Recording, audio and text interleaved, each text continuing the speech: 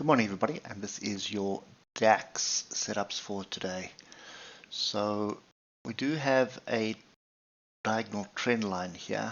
Now you can argue that it looks like it's broken, it's coming back to test, or you could argue that it is sort of staying in this channel.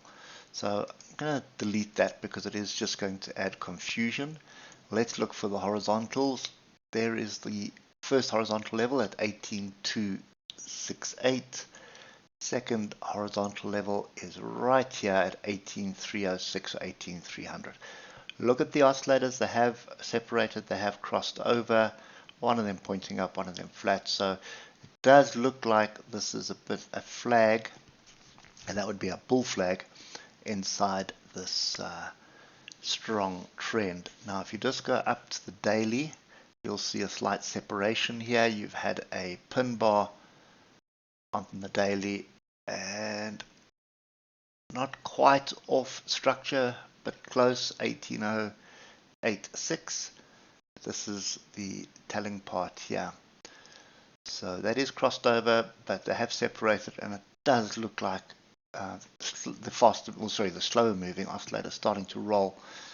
So could be a flag. This is a strong bull trend, so I wouldn't be looking for shorts at the moment, really looking to buy the dip. And when we look at this on the 3-hour, big down, big up, big down, and yesterday was pretty much a continuation of big up.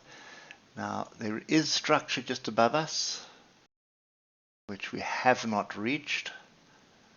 I just want to put both of them in. So this is at 18,413 and 18,396.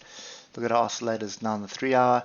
They're starting to roll and separate on the higher time frame. So does look like there is another leg to the downside that is brewing. So you should be looking for a higher low before anything else. Moving averages, they are in a bearish setup, but flat, nothing brewing there. And if I start drilling down to the hour, you can see typical price action for a turn. You see the struggles a bit and then accelerates before finding resistance, exactly what happened previously. Struggles and sideways to up, and then finds the resistance that it's looking for. So for me, we are below the 150, but the moving averages are bullish, so we've got so much. Each time frame is giving you a different setup, so bullish, bearish, bullish, bearish. 50-minute below the moving averages, but above the 150, so that is ranging. So there's really nothing here. Oscillators group to the downside. So 50-50 call. You know, we could move to the upside or we could move to the downside. I think the logical choice here is any break and retest of 18, not quite 1836, but 18,388 is what I would look as the setup for structure that's going to get us moving to the upside. Moving to the downside, I'm not so sure we want to even start looking for that. So if I look at the S&P, the S&P is extremely sideways. You're going to need to break structure before you get anything moving. You have this solid level that we've broken below, which is 18,353. So I would argue that if we do reject this with a decent setup, there's probably an opportunity for a short with a 30-point stop loss. Just bring your stop loss above the structure here. Even take it above the high. That would probably give you something like 100 points, 56, 60 points. So that would be a fairly decent opportunity.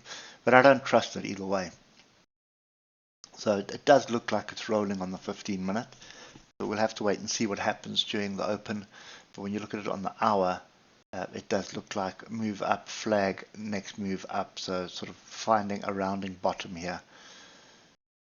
So 50-50 call for me. I'm not entirely comfortable taking the short, but I'm also not comfortable taking the long.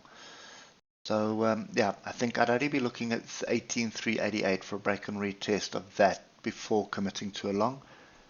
And shorts, I don't think I'm going to hop in on a short at all. It looks attractive on the lower time frames. but that's typical of a trap.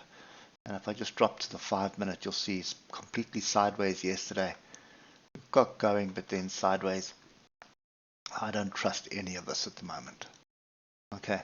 Anyway, so that's kind of my view at the moment. I was look for longs, but I'm going to have to break the structure to the upside and come back and test it before getting in. That should give us a cup and handle.